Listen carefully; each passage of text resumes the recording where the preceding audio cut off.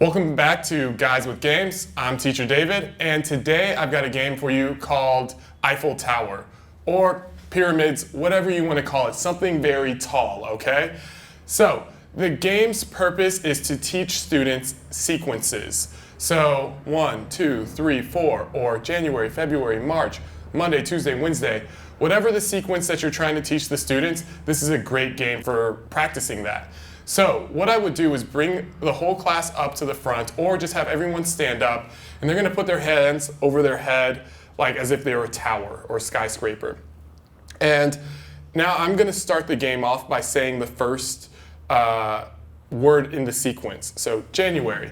And the other students will try to put their hands down without saying that word at the same time as another student. So January, the next student has to say February, but if two students say that word at the same time, they're out of the game. Sorry, bye-bye.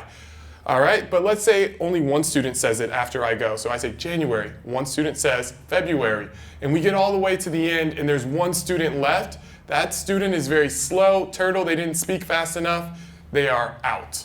All right, so not only is this game great for practicing those sequences, as I said, you can make your own sequences as well, and you can practice your vocabulary, you can practice flashcards, anything like that. You just need a whiteboard or something to put the words in order or the flashcards in order. So I like to practice vocabulary with my younger students. So let's say their words are piano, pizza, laundry, exercise. So they've got those 4 words.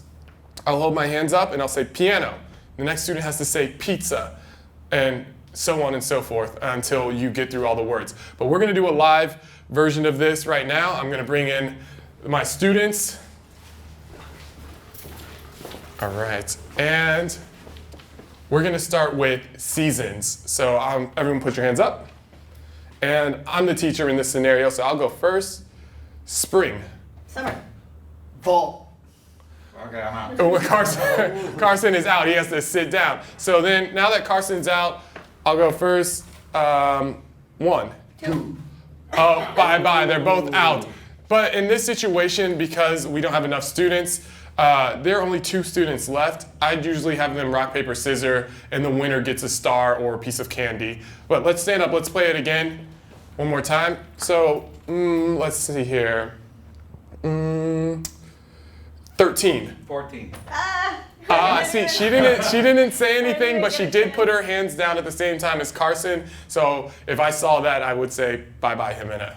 Okay? So that is skyscraper, Eiffel Tower, Taipei 101, whatever you want to call it.